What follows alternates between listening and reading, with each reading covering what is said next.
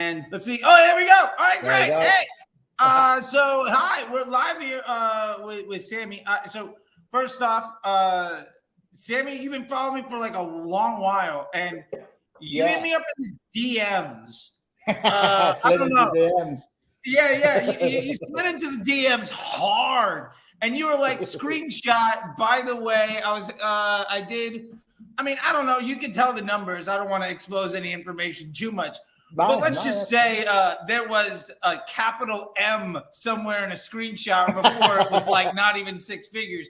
And you're like, bro, I've just been following you on Instagram and like, holy shit. So some context, why don't you tell people sort of like where this all started from? Because I don't even all know. I was just like, yeah, dude, let's go have a conversation. This is awesome.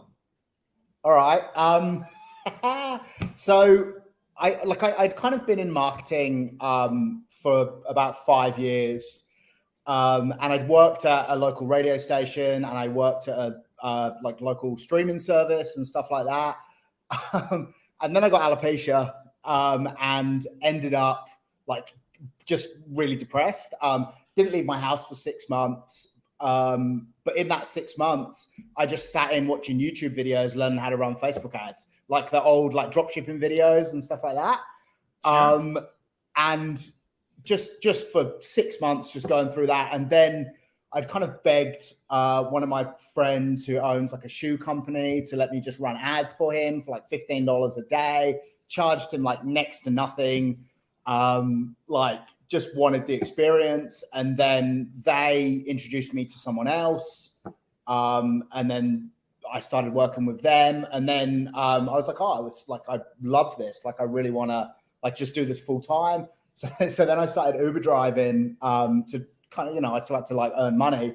So I started Uber driving, and then met like another client in my Uber, and then like the pandemic hit, and the business just kind of started like booming from there. And now I'm here. Like it's so bizarre that like I love that you said like I just want to get good at this, so I bothered a friend like, can you give me like, can I overwork and undercharge just to get good at this thing? And then you drove for Uber. By the way, in between gigs, I drove for Lyft, like in between gigs just to keep things going. I was like, fuck it. What am I gonna do? Sit around in the house? Like, no, screw that. And like it's a beautiful thing. And you're building a bit of an empire here, man. I mean, I love it. It's funny, like the company is now like really big. And they moved on like to like a full service kind of agency and all this kind of stuff. But they're still on my website. And every time people land on my site, they're like, oh, I love these guys. Like I have their products. And like so charging them next to nothing and earning next to nothing at the beginning has been priceless in the long term. Like I like to say I saw the bigger picture. I didn't. I just winged it and hoped for the best that it worked out. And like they put me in touch with someone else, and it just kind of rolled on from there. I sort of struggled to grasp like how it kind of ended up here with me spending so much money and working with like such big brands from just sitting indoors watching YouTube videos. But like that's where I am. So well, I love it, man. I think there's an inherent like entrepreneurialism to figuring this stuff out. And I think for what it's worth, the people that are really good at this job, and we'll get into maybe a bit more of that in a second, and the people that struggle or that are just good enough, like if you come at running ads and doing this stuff, not just as a marketer trying to figure out an audience, but like as an entrepreneur trying to run a business, whether it's your business or not. Like I'll be talking to clients and students and be like, yeah, dude, well, we're going to get this happens. Like, I'm not doing it. Like, it's your business. I'm just on the thing. But like, these are my numbers. This is my data. Like, I'm going to make this money. Like that ownership just feels so good. So tell me about like what you were doing. Like, so for those that don't know, like I saw you follow me and you just started liking a bunch of stuff and watching things. And like I noticed, because like I'm legitimately the other person on the other end of this phone. You know what I mean? Like I'm a real person. And I also have no life. So just sit inside all day, play rock and roll, and make, try to, help people out. And then all of a sudden I get this like, Yeah, and then our plants, right? You were talking about that. Yeah. And then all of a sudden it's like, so dude, in 2020 I was here, and then insert screenshot of 2021, and I was just like, right on, man. So I mean, I don't know how much you want to get into depth with that, but I would love for you to, like, if you don't mind sharing a little bit of it. Like, I think it's so inspiring and awesome. Yeah, I mean, it's such a weird thing to have to say, but like, yeah, pandemic, like, as someone who was trying to get into e-commerce, I don't want to say it did me good, but that's kind of what I'm trying to like say.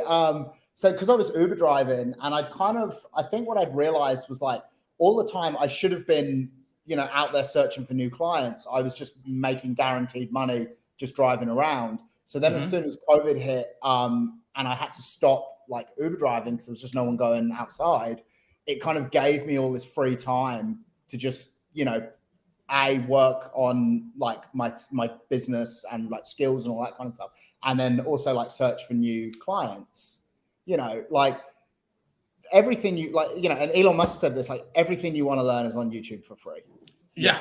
Like, and I think we're kind of getting away from people frowning upon people being YouTube taught for stuff. I think it's becoming more and more commonplace every day, every week.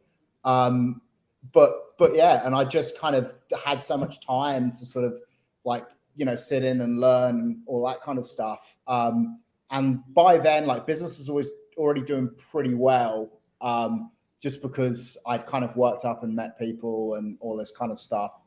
And then, yeah, it's just insane. It just progressed from there, Yeah, no, I love it, man. So like, just a couple of things I was really curious about, and what made me so happy. So we're talking just the fact that you were able to take the stuff you learned on YouTube, some Instagram stuff, some hounding a few people. Like, I feel like there's a lot of information out there, right? And it can be one of the downsides of YouTube is that it's so easy to access info, and that bad ideas tend to be more popular than good ones. Yeah. So, well, that was when I was saying, like, originally when I was just, like super depressed and just sitting inside for 6 months, I had nothing else to do but just rile through as much content as I could. And like over time, I kind of learned, I was practicing on the job with, the couple of clients I had.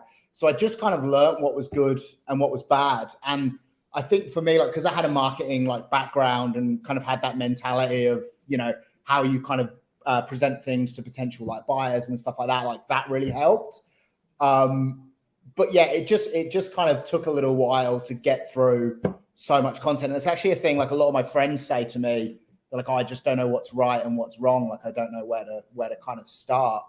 And now, like, now I kind of say just find like one great person with loads of content that you can just follow instead of, going to, 500 different people, and build up at least some basic idea and then start kind of getting ideas from other places, which is even kind of what I do now.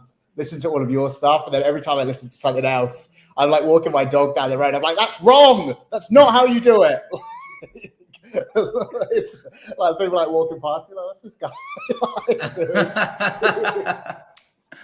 I love that, man. I love that. Like, so I'm super curious, just because I'm, out of all the things, what I'm legitimately, I'm wondering, like, what made you decide to trust what I had to say versus other people? Because there are tons of people with 100 times as many followers or like 1,000 times more views.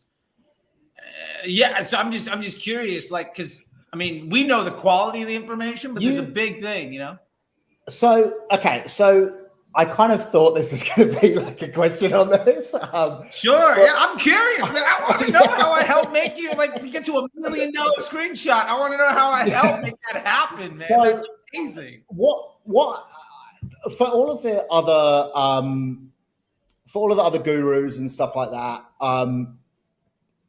they are finding success, right? And they are doing, a good job in theory. They've got good brands and good content. What I got from you was like a fundamental like insight to how the platform actually works, to be able to, look into the future, start looking at like estimated action rates and attribution models. No one else really talks about that. I think a lot of other people's content is just like, this is the ad, this is the audience, just put it up and kind of hope for the best. But with what you go in such a deep dive to how this algorithm that we kind of all earn a living from works. And for me, I didn't really feel like anyone else was doing that, So yeah, that's kind of what worked for me. I love that, man. Yeah. And that's one thing I got to say, like, that I've also noticed is there's a lot of people effectively reciting Facebook Blueprint. And I can tell you how many people I get every day that took X course or paid for X Slack channel. They're dropping a couple $100 every few weeks on Gumroad, and they're just pissed off. They see the same damn thing every single time. And I tell them, like, fundamental change is only going to happen if you fundamentally change what you're doing, right? Yeah.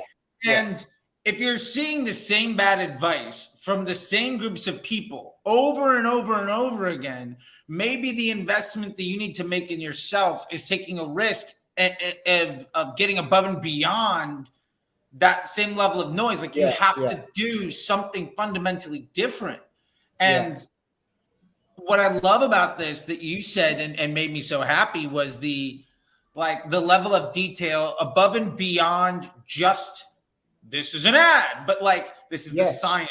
This is the structure. This is the business model. This is the mathematical. I did one today about mathematical equation, CPA plus COGS divided by LTV. Like, that's how you scale a direct to consumer brand. Like, that level of depth and actionability, I feel like is vital. You know what I mean? And I mean, I love that you found so much out of that. I'm curious, out of that stuff, because I mean, I've got hundreds of hours or whatever. Like, what are the things that really stuck with you? What are some of the stuff that you would say? Like, if somebody's coming to you, because now you're Sammy Blades, expert yourself, you're $1 million ad account guy. What are you telling folks that are coming up? Because one of my hopes is that you can pass that along. You know what I mean? One of my biggest things that I am like openly like putting my hands up to really getting wrong before or kind of, I guess, during like following your content and stuff was like attribution model or attribution window, where I was like, when iOS 14 happened, I was like actively saying, the worst part of it is that it's no longer tracking people for 28 days. It's only 7 and trying to like, just like begging to people like, if it's outside the 7 days, like we won't see it in Facebook, and, really like just kind of like humming that tune kind of thing. And then I think it was on one of the podcasts or something where you kind of explained it, and I was like, yeah, all right. Like, that does make a lot more sense. And I'm kind of, like having at the moment where a lot of clients that I'm working with, like wanting to go on TikTok and do Google Shopping and do Facebook as well. And it's like, well, if Google's tracking you for 30 days and Facebook's 7, and then TikTok's tracking you as well, and you get one purchase, someone's been on all 3, it's not going to show up 3 times. They don't have an agreement. Like, they don't sit there and be like, you can have this one. It's not like, hey, you made 3 times the amount of money. No. It's, it's just one purchase, and it could show up on 3 platforms. And that's one of the things that I kind of now like hate about gurus and all the big like marketing agencies and stuff, where they just kind of slam this like 6 ROAS, and all this kind of stuff. And it's like, no, you didn't. Like, guarantee you didn't. Like, And the other thing about that 6 ROAS number or whatever, like I see this ad from one that's like 6 ROAS X all the time, or somebody else that's 8. We'll leave them to be. Is that good? That's my question. Because here's the thing. 6x ROAS. Now, let's say let's just use stupid math. It never holds true. 1 ROAS means you broke even. Let's just say your cost of goods is $0 for the purpose of this conversation. 6, to me, feels like you spent 5 times too little money. Because if I give you $1, you can give me 6 back. Awesome. well, why didn't you spend $5? Because I'd have 30.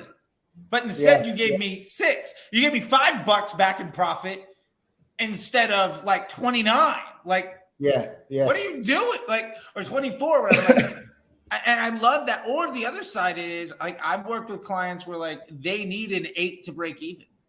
You know, because they know there's LTV baked in, high, whatever. Like, So like one of the things I always say to people, like the whole thing with the ROAS is like, okay, you were getting a 6 ROAS, right? And if you were, you know, great. But how much, if you were spending $100 a day and getting a 6 ROAS, you're doing $600 a day in sales. That ain't that much. But if you were spending $10,000 a day and getting a 2 ROAS and you're making $10,000 in sales a day, that's a lot. So would you rather a 2 ROAS at $10,000 a day or a 6 at $100 a day? You know, and oh my God, yeah. From a scale point of view, and I think that's something that not a lot of people like talk about that, and that's something I always say when I'm scaling with clients and stuff, and I'm like, what the ROAS? I just have to do that now because it's such bullshit. Like, I'm like the ROAS, like it will go down when you spend more, but you will make more. You know, so all of these businesses saying, oh, you know, we scaled this client to a 6 return, or you know, it's such nonsense. It's also, how long did that last? You know, if you're spending $100 a day for a week and you got a 6 ROAS, great. I can guarantee you it died after that week. Guarantee. Yeah, well, because, you know, once you stop promoting that email campaign to your existing buyers that you're smashing on retargeting during Black Friday, that massive return, all of a sudden goes away. It's funny. You reminded me, like, I used to work with this alcohol delivery brand in Los Angeles who, for legal terms I will not actually name out loud, you know, everybody's like, well, name your clients. It's like, I don't need to. We don't need to have this conversation. Whatever. So they had a Facebook rep who was moonlighting, and they were doing about 300 to 500 a day at 6x. Ironically enough, doing about 1,500 to 1,800 in sales a day. In Los Angeles, they were stoked, but they were unhappy with it because of the guy and his conflict of interest with Facebook and the mother. So anyway, they brought me on. Within like 6 or 9 months, I think it was within 6 months, we had them doing a 2.5x. But really what it meant was we were making a $22 profit per sale. Yeah. Because we got some margin instead, right? $22 profit per sale with a projected 2.5 multiplier on LTV. Again, that's CPA plus COGS divided by LTV. At $3,000 a day. And you know what the net effect of it was? The guy had to go out for his next round of investment 6 months early. He ran out of his runway. Instead of doing it in June, he did it in November and December. And like, that's so much better. Like, a 6x return on like, great. You made it $1,200. Awesome. I'm going to do $100,000 a month doing it my way. And it's just like a smaller piece of a much bigger pie tends to be way more valuable. But I think it ultimately comes down to some folks are taught to make Facebook look good. Other folks are taught to build a business. Yeah, that's my whole thing at the moment. Like but even before I sign people or like onboard them or whatever, I'm like, I'm not here for a vanity report. You know, I've actually had this with a client like recently, and I mean, I know this is for Facebook, for example, but this was on Google Ads where they were spending like $1,500 a day on the keyword that was their own business, right? That looks great in a vanity report, you know, because you're not going into the details of the keywords and stuff like that, but we're saying, oh, we're getting you a 7 times return on your money.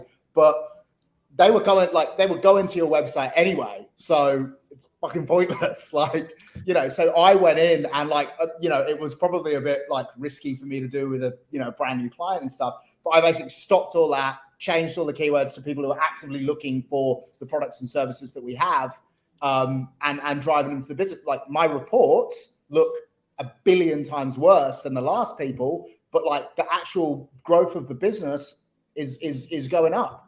You know, because you're driving lift. Yeah.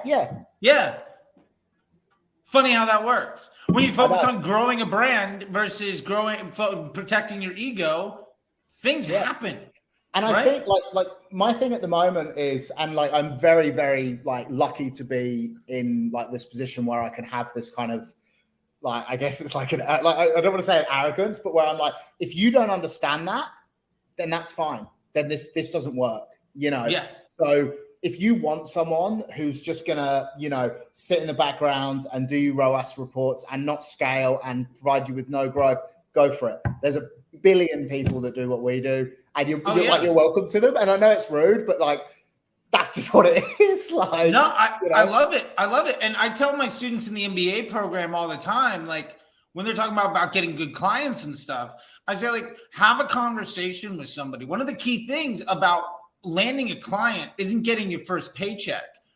The thing you want to look at with landing a client is this going to be a relationship you want to invest in? Yeah. And some of the best relationships is when you can have a business conversation with an entrepreneur that understands, because they need to know three things. First off, they need to know that they're going to live and die without you.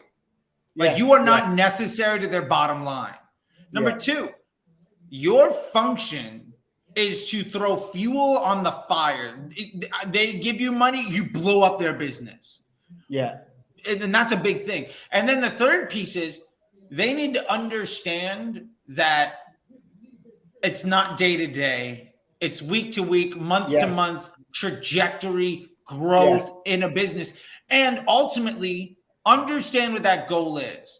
Is it bottom line growth? Is it top line growth? Is it market share? Is it customer acquisition at any cost? Because the right answer to every problem is fundamentally different based on those questions. And so many people I know are just trying to work so hard. And the people I see on Twitter and on Instagram and on YouTube talking about ABO versus CBO, my man Barry talking about this, like, that doesn't matter. I mean, first off, madness. Like it's 2022. Like, please stop this like conversation. Like, I literally can't handle it. I don't understand why, like, everyone's just not Power 5 or Power 5 all day. Like, you know, broad. Like, it drives me. Like, I mean, I say it drives me nuts. So it's good for my business. Like, it's really good for the people that embrace it. And with that, like, people argue so in depth about shit that doesn't matter. Yeah. And I use this analogy sometimes. I don't know if you've ever seen the movie Gangs of New York. You ever see that movie? Yeah, of course. Okay. So there's a shot where they're having at it, right? They're knifing each other in the street. It's like a big war. And then the Navy just levels the entire neighborhood. Yeah. We're the fucking Navy. Yeah. You can battle with your ABO, CBO, whatever, like manual bit, all that stuff. I don't give a shit. I got cannons. Yeah. Fight is over. Like, you know, like, we're done here. I don't care that you figured out a way of working 3 times harder to make an extra 5 cents. I'm going to be working half as hard and double the business. Yeah. And like, where are you at in your life? Like, how arrogant can you be when you're like, when Facebook's like, hey, we think you should do this, and you go, nah, I'll just do it my own way. Yeah, I mean, I'm at the point where, like, who are you? Like, literally, who are you if you're doing that, right? I mean, I'm trying to be nicer. Yeah. But the honest truth is, and I don't think a lot of people appreciate it. And fair enough, like, they might not know, but I did the launch, for instance, of lead gen. Yeah. I did the launch of dynamic product ads. Yeah. I did the case study with Facebook for the development of creative testing in CBO and the proof of advanced matching. Yeah. So when somebody comes to me and is like, well, if Facebook says we should probably do this for creative testing with CBO, I'm like, yeah. Or when somebody says, you know what, I think interest group's the way to go versus like lookalikes abroad, I'm like, so many people today are quoting the work based off of millions of dollars Facebook gave me back in 2017. Yeah. And it used to bother the hell out of me. And now I'm just like, you know what? If these folks that just recite that information have finally leveled up to 40 years ago, that means other folks that don't know anything are at least getting better advice. And that's a good thing. You know, like I used to feel so just angry, but I'm trying to get better at that. And to be fair, like somebody who like I have a history with like there's been a fair amount of people that have gone from blocking me to like following me and ask to speak on their stages because they've they've rounded back to cool again. And I've also been less of an asshole to people because I used to be I used to be too arrogant. I 100% own that shit. No, that was one of the things I liked. When you just, I mean, like I love the like picture of Oasis on my wall. Like obviously love the arrogance and like all that kind of stuff. I feel like Mac's pretty damn arrogant too. Don't sell him short. Yeah. I mean, but that was one of the things for you where I just liked where like just calling out all this bullshit. I don't know. I was saying I don't really use Twitter that much, but I follow you because I just love you in the comments, just like railing people. Yeah, and you know what? We all have to find the people that work. And something that you said early on that I think really speaks to this is find one person, find a source. Yeah. Dig into that source. It doesn't have to be me. It could be you. Yeah. It could be anybody. It could be any man or woman under the sun. As long as I think the number one strategy is picking a lane and sticking to it. I've seen people do things poorly, but they commit. They're going to do a lot better than somebody that poorly executes a ton of pretty good ideas. So, and for me, like I'm just myself all the time. I don't really have like, this is just literally who I am all of the time. I'm trying to be less abrasive, but like still, like if you're lying to people, if you're bullshitting people and it costs people access to their dreams and changing their life, I will confront you in the open on that because you, for instance, were driving a car, things happened, you got the ability to change your life, fundamentally lifestyle upgrade for life, family, like different world. But if somebody else was louder or I didn't openly confront people and call that stuff out, you might have been in a place where it took you another 3 months, another 6 months to get there. And you might have missed the boat on how much you could afford to really risk. And I see so many people every day. I can't tell you how many DMs I get. Literally, like my assistant will like tell me, just like he sends me screenshots like, bro, you got 100 DMs. Like, what the fuck are you doing? And I'm like, dude, I'm having coffee. Like, leave me alone. And like, but every day it's people that the opportunity cost of listening to others, because nobody said these people don't know what they're doing. Has cost them their ability to achieve their dreams, and they waste their life savings chasing something that was bad advice 4 years ago. And I think like one of the big problems is that like people also like from a Facebook point of view, like people underestimate how hard the platform works for you. So even with bad advice, you can still see some level of success, right? It's just not scalable and it's not long term. So what I see happen is like people kind of get wrapped up in these like gurus that don't have a fucking clue what they're talking about. They see some success short term and think, oh, these guys know what they're doing. In a few months' time, when they're spending, when they're putting their life savings in, it just crashes, and they actually just don't know what to do from there. Like there's no, like almost like no scale in it. And I've kind of spoken to so many business owners recently that are like, oh, I was with XYZ agency. They were great until we got up to, spending more money. And then it just, went flat, and they, we're doing this test and doing this test and doing this audience and this bullshit. And it's like, they never knew what they were doing in the first place. Facebook just was doing what it does. It went for the lowest hanging fruit first, got you some results. And now you're here, It's kind of had speaking, and it's upsetting. And it's also kind of the reason why, or part of the reason why I just do this and I don't like run an e-commerce business or anything like that. I just like helping people. I'm the same way, man. People keep asking me, why don't you do an e-commerce thing? And it's like, my mornings can be spent answering DMs, trying to make people's lives better, or hopping on the phone with like fulfillment in Taiwan and customers. Like, I don't want to deal that anymore. No customer service for me. I don't want to deal with that. like, I don't want to, like, you get to pick and choose the problems you have as an adult, right? Like, every situation you're in is your responsibility. And like, you get to pick and choose. You're not a victim. Like you woke up and decided to put yourself in this situation. And like that, like short-term win shit, I talk about that all the time. You know, and like the biggest short win bullshit that I'm seeing right now is people saying lookalikes and retargeting with manual bidding. And I'm like, you know what? You are going to crush for about 12 days. 100% you're going to crush. But the problem is you're sapping everything out of that lookalike and everything out of that retargeting. But because you're not creative testing and scaling it broad, you're not feeding anything back into, so you're just draining the bucket with nothing else coming in. It eventually just dries up and you're sitting there like, well, what do I do now that like this is working a little bit? You've invested all of your profits in scaling to get blood from a stone, and then you're upset when it doesn't work out. It's a hard thing to, I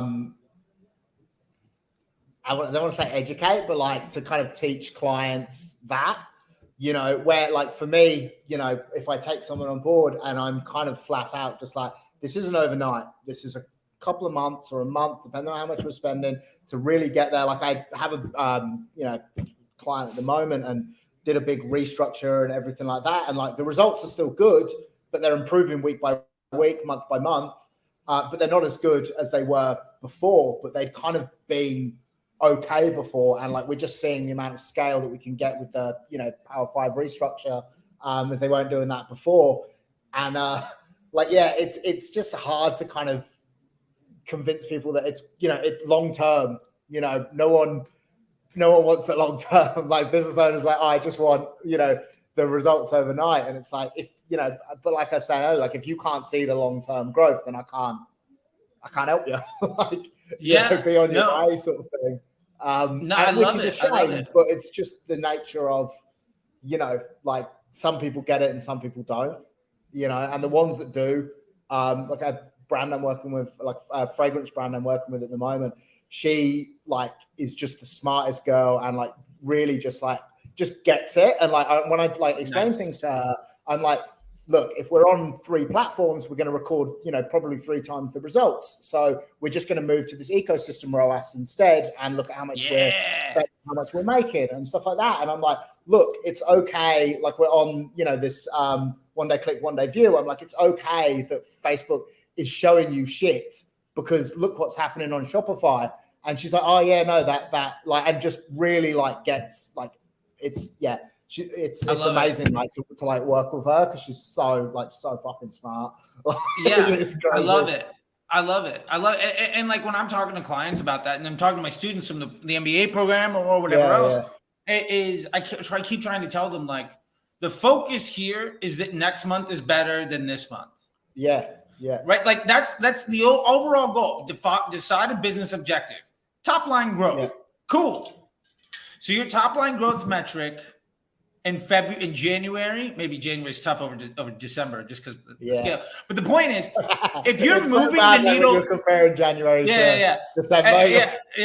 So fair enough. But like, if you can start to look at it quarter by quarter, year by year, month by month, the bigger the windows you can look at, and you start to make big change.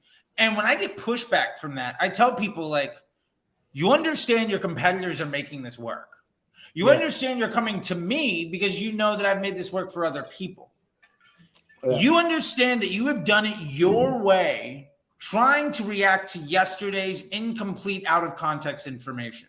If you're willing to invest in the future, because you would never run any other facet of your business, you would never make any other business decision in the real world ever based on that situation. Like, you would never fire a salesperson from a car dealership because they sold 0 cars yesterday. Like that, you wouldn't do it. Like you wouldn't hire and fire employees after a couple of days or maybe a week because they couldn't produce. It's like an ad or an ad set being an employee of your business. Like they need to be trained. They need to learn. And are you going to invest in employees that are going to be around for weeks? Or ones that are going to be around for months or years. Like I've got ads that have been running since 2018. They crush. Or like ad sets. Like I got campaigns. Like I have a control campaign for one. And it's literally broad, performance-based lookalike and a broad retargeting audience I set that up in 2019. It's got automated rules on the budget, and we spend an hour or two a week on Facebook testing new stuff to try to replace the worst ad with something new that might be better. Yeah. And that business has, in polite terms, gone from a mid-7 to a mid-8. Sold. They got bought out by a public company last year. Like, and it's all on the back of like Facebook has blown that company up. But it's because we've let Facebook do its job and stayed out of the way and invested in the quality and made a priority to improve the quality of our assets that we are investing into. Instead of chasing short wins, that we are moving mountains instead of trying to like fix every little pebble, worry about all these little problems. Like, you don't need an A+. All I need is better than last week. The concept of 1% better every day is like 1,000 times better in 2-3 years. That's all you need. I think the other thing is like what a lot of people kind of disregard or don't understand is the reality that when you're building a business, Facebook is such a small part of it. Like, no matter how much money you're spending, did you say that? Can I hire this guy? Yeah. Well, I'll put you in touch, William. Yeah, let's make it happen. $1 million a month. But like, it's such a, Facebook, it's such a small part of the marketing mix or the process or whatever. If I actually had this with a client quite recently where I was running ads for them. And like, for example, the bounce rate on their website was 96%.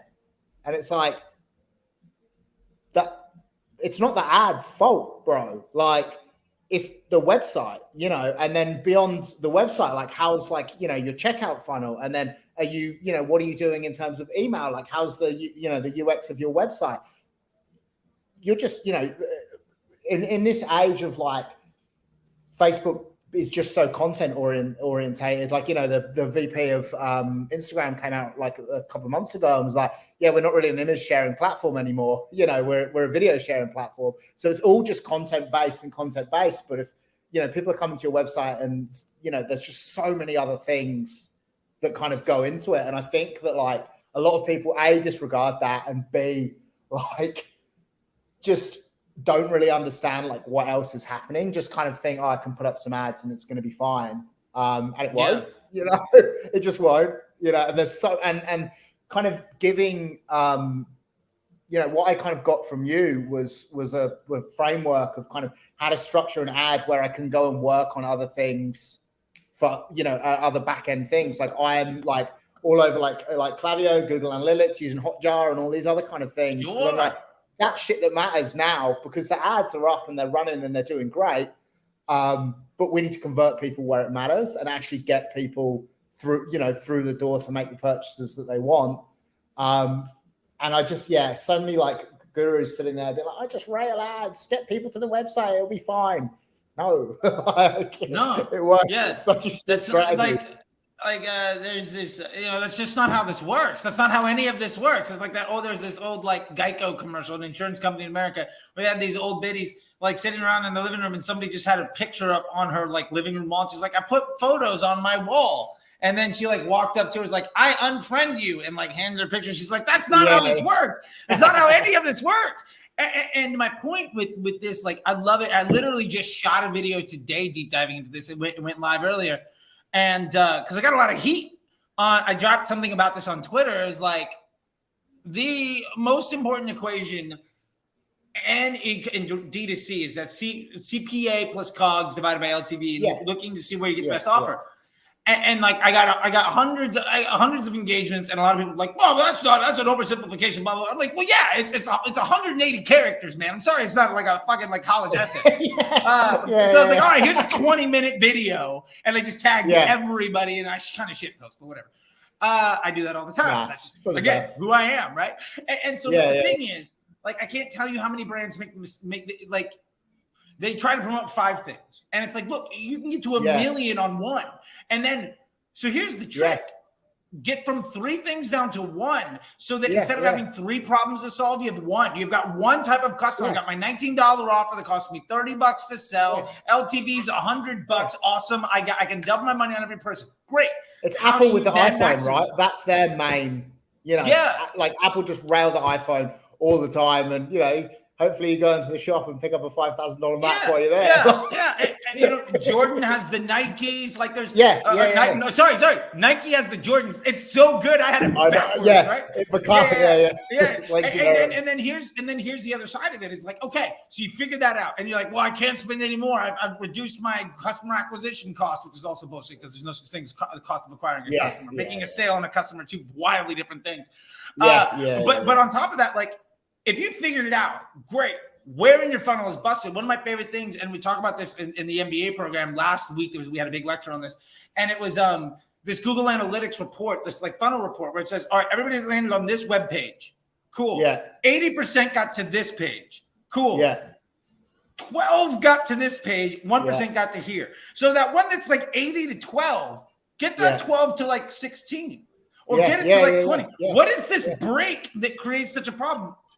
If you can make a 25% improvement or introduce an upsell, I can't tell you how many people just don't even have a post-transactional upsell. They have a pre where they just go, like, I know you want to buy, but how about 10 other things? Like, fuck you, I just want this thing. And instead it's like, hey, thank you for your purchase. We've noticed people like you like this other stuff. Whatever you can do to either reduce the CPA, reduce your COGS, or improve that LTV, a 20% change, a 10% change in that conversion rate or somewhere down the funnel means that you can spike spend, because it's not a one-to-one relationship. If you get a 10% cheaper cost per acquisition because you improved your conversion rate, that means you can push your spend by 20, 30, 40% because you're going to get actual sales. So like if you get 10 sales for $100 and then all of a sudden you get 11 sales for $100 and you're like, okay, great. We're going to spike it up to $110, you're likely going to make at least 1 more sale. So that depreciation on efficiency isn't a linear line.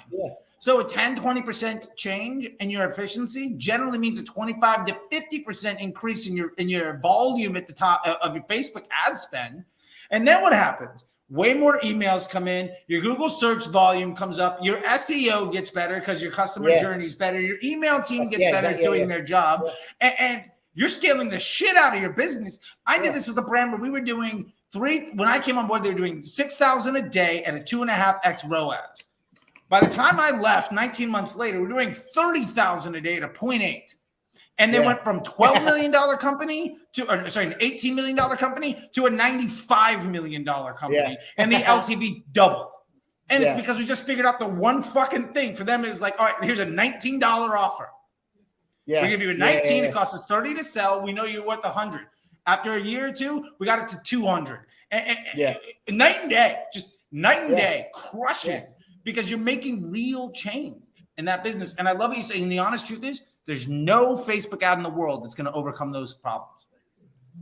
Well, exactly. And like, I mean, the information, like what I find funny is like just the information is out there. Like I'm like on like Amazon and like Apple's like websites and stuff all the time. Just like Apple's like is so simple, right? Just the website is so simple. Amazon's, I can pay with Amazon with a swipe or with a click, right? It just eliminates like the process that you have to go through. Like I don't have to take 5 different steps to make one done. And because people really underestimate, like every time you have to ask someone to do something, every time you have to ask someone to go somewhere else, it just increases the likelihood of them dropping off. It just does. You know, like what if instead of a 3-step process, it was a 2? Exactly. Where it's like it's landing page A, and then they get to step 2 where it's 80%. What if instead of 80, 12, and then 1, you expose this percent that's only 1 all the way up to 80? It was just like, oh, you're interested. Cool. Give us your money. Done. Problem solved. Shop Pay or PayPal, Amazon, whatever. Transactions done. I don't even need to like I'm on the toilet. I don't even need to grab my wallet. We're done. You know what I'm saying? Yeah. Like I'm in bed. I'm in traffic. I'm in a meeting. Make I'm it in an elevator. as easy as possible for people to done. kind of I made 3 move through purchases on Amazon last night while the dogs took a piss in the front yard and my wallet was in the other room. Yeah. And like the fact that people don't say like, well, Amazon's super successful. Clearly I shouldn't copy them. Like that's the dumbest thing I've ever heard. They have people that they are paying a lot of money to do a lot of this research, and it's like, you know, like the most underutilized like tool, and I can't believe I didn't mention this a minute ago, Facebook ads library. Like, oh yeah, you know, you could just spy on other people. So it's like the same thing where you're like, they've got people, you know, like Amazon have got people that have, you know, investing millions of dollars and millions of, you know, man hours into making this process as seamless as possible. You know, I look at some of the biggest brands in the world on my ads library because they've done the hard work. I just go in there and take a different approach. You know, I just go in there and like, I just fucking rip it off. I don't care. You know, thanks. I can't tell you how many times I literally just copy paste like the copy. Done. Like, they have to do it as a market. You know, as Apple, as a market leader, they have to invest that money. Like, you know, that's just part of being a business that's that big. And you know what? Thanks. I'll make 2 points on that. First off, if you're not looking at the Facebook ads library for a brand, when you like, my wife is super price conscious. She always goes to retail me not shit like that. And I'm like, look, no. Go to Facebook ads library and that brand. You're going to see their retargeting ad with the 30% off code that they don't want anybody else to know. It's there. Done. Go save money. Second point. McDonald's is the only fast food chain in the world that researches locations. Every other fast food joint puts themselves across the street from McDonald's. McDonald's has that innate cost. But they have to as the market leader, you know. They have to. They have to do They have to. You know. And I learned that quote from, I was working at a meal replacement shake company, not a weight loss brand. No, you can't. No, not at all. No. Completely compliant. I promise. Our supplements are for beauty and health. And he was a customer UX designer for Amazon, like vice president.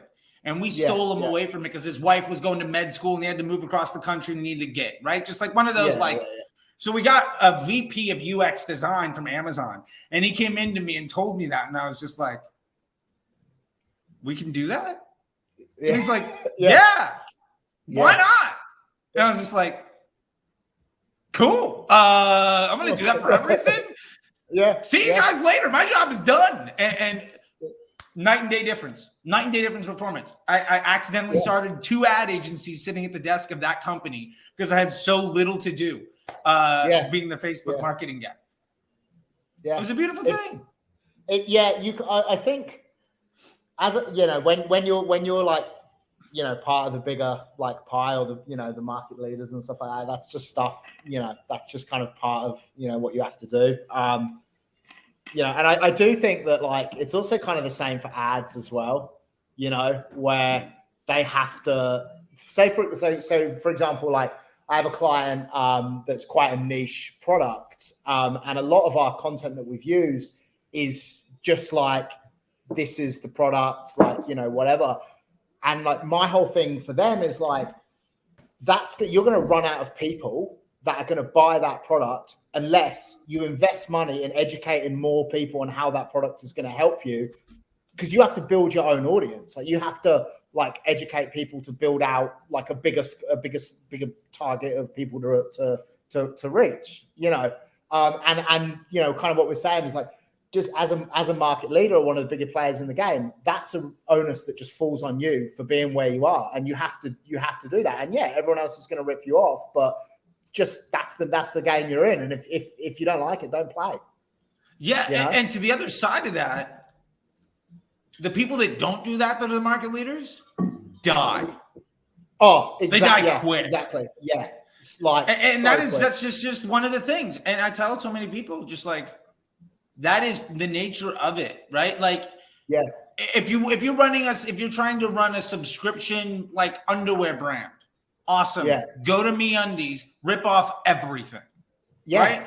Or like if you want to make a women's brand for clothing, go to anything from textile. Like one of my old bosses was the VP of marketing at Textile. He's the CMO. Yeah. And he taught me everything about their onboarding experience.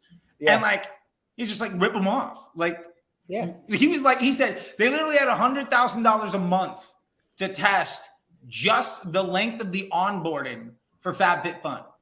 Yeah. Like, that's the scale that they're working at. And if they make it work, just copy it. And one of the biggest lessons I got from them, complete side note, longer onboarding for a subscription brand, not a bad idea.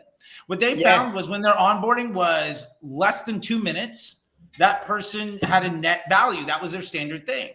When they made it 8.5 minutes, their LTV rose 4x commitment, because you get so emotionally bought in. And the honest truth is, he's like, we had 3 landing pages you would have landed on no matter what. But we and like the funniest thing was, he said, we had a video that played that looked like it was doing math. And it was literally just a video, and we played with the time stretch on the progress bar. They literally swing the iMovie and like shrunk it, like hit the turtle and the bunny. And like, cool, bunny at 2.5, that's bad. Turtle at 2.5, we tripled our money. Cool, turtle at 2.5 on everything. And it was literally some asshole with iMovie sitting down there creating the onboarding experience. It's like, you paid somebody $15 an hour to triple your LTV.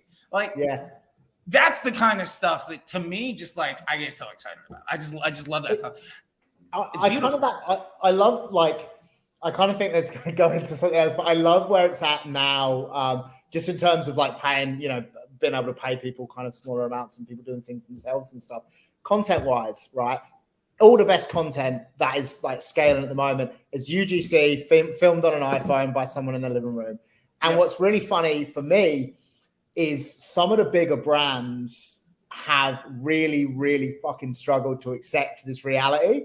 And I've been kind of like, I work with a content creation agency over here who are amazing. Like, they have like a team of content creators. They go out with products and all this kind of stuff. But what we've seen, like, I've been working with them for ages. They've been running for a few years now. Like, I think they're easily the best in the country. Like, fantastic. But what we're seeing even over the last couple of months is like big brands being like, oh shit, that UGC thing. Should give that that thing they were talking about in 2017. We should but they're so like, they just don't understand that you just don't need the studio and the lights and all this kind of stuff, and you just need someone with an iPhone to like, shoot someone like legitimately. And they're so behind. Sorry, my like dogs jumped up, wants to see what's going on, and they're so behind with it, but it's just so interesting to see, and it's going into the point of like how much you can actually just get done with, looking at what other people are doing, things you can do on your phone, things you can learn on YouTube, and like it's blows my mind, like the world we're living in, I love it, man. I love it. And I think that is that's a great place to, we're coming up on an hour, so I don't want to dive into like 50 other things, because I feel like we easily could. But we'll try to keep it to some manageability. I appreciate that. Maybe we should have you on DDC Coffee Shop soon. I think that'd be rad. I'd love to have you on there. Wicked. Would love that. So what I'll get to with this is what I'd love to leave this with is, one, I just want to say thanks. Like, I get up in the day and I'm a content creator, right? At the end of the day, I'm a content creator guy that's effectively retired that people won't let stop working because I can help people, right? And like, I really enjoy it. I mean, I'm at this spot where like, I don't need to build brands. I don't need to do stuff. Like, I bought a house in LA. I paid for my wedding in cash. I'm okay. Right? Like, I got a pocket full of strong nodes printing me strong I'm flexing with the NFT profile picture. I'm all right.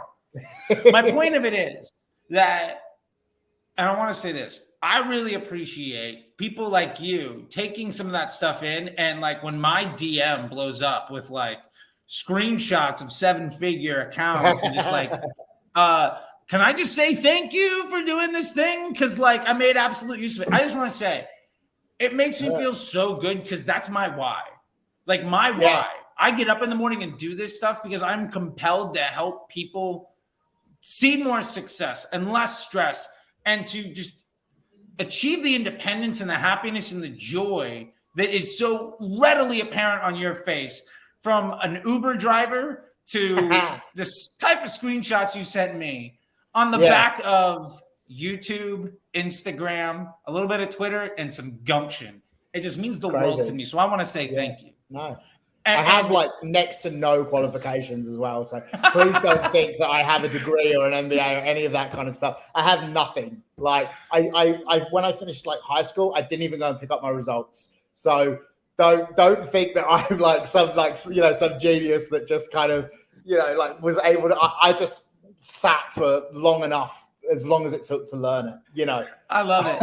I love it. And side note, I graduated magna cum laude from my high school with a 2.73 grade point average, because I got expelled 3 times in high school and I was the only senior in my graduating class. Yeah, I got expelled as well. Yeah, I got expelled from the school you go to, and you get expelled from the school that you go to, and you get expelled. And I got expelled in 8th grade. Like what are those? Just like some 11th grade private school, program for like at risk kids. But like it's March. Like, he could just do some work in the back of this room for like 2 months. We'll just stamp it. Yeah. Only senior, magna cum laude, #1 in my class, because I barely had a seat. Fantastic. Now, since then, I do have a couple degrees. I do have an MBA. Like I've established since then. So for what it's worth, the teacher does know some things. I have a little bit of stuff, right? Like for what it's worth. But you sound like you've got enough for the both of us. So, and that's the thing. You only need to, all it matters is the source, right? If you trust the source and you commit, you're going to see success. And with that, like, I want to help other people see success. And, maybe it's the William Browns of the world. I'm going to put this back on the screen for a second. Maybe it's this guy of the world. But let me end this by leaving you the floor to just, if anybody wants to get in touch with you, if anybody's interested in doing something, if you're even willing to talk to somebody, let me leave you the floor to say whatever it is that you want to say, and let you have the last word here, because you made me feel great. And the least I can do is shut up for a moment and let you say whatever it is you want. Yeah. Okay. Well, if you can get me, my business is called Zevon Digital. You can get me at sammy@zevondigital.com. Especially if you're in Sydney, Australia, or in Australia, that would be great. The other thing is, I guess, like, be obsessed with it. Whatever it is, just be obsessed, or find something else until you find something you're obsessed with. I only got here for months of just sitting, watching YouTube. And the girl I was living with at the time literally told me I was wasting my fucking life by sitting and watching YouTube all day. Now I'm in the top 1%, and I fucking have no idea where she is, but fuck her, right? So, be obsessed with it. Keep going, it's out there. Everything you want to learn is out there for free. Go find it. I love it, man. Well, again, thank you so much. I guess it's almost bright and early for you at this point. What time is it? It's 12:30. So get myself a sandwich, There you go. Have yourself a Sammy. Maybe a little, I really appreciate it, man. There you go. Take the dog for a walk. Enjoy some life. I'm gonna DM you about getting you on D2C Coffee Shop. I think it'd be great. Yeah, wicked. And just, hey man, your DM to me made me smile, and I just wanted to say thank you one last time. No, I think that's actually something else I want to finish on. Just ask, right? I got my first client because I fucking asked, right? The content creation agency that I work with at the moment, I just asked them if they wanted to work.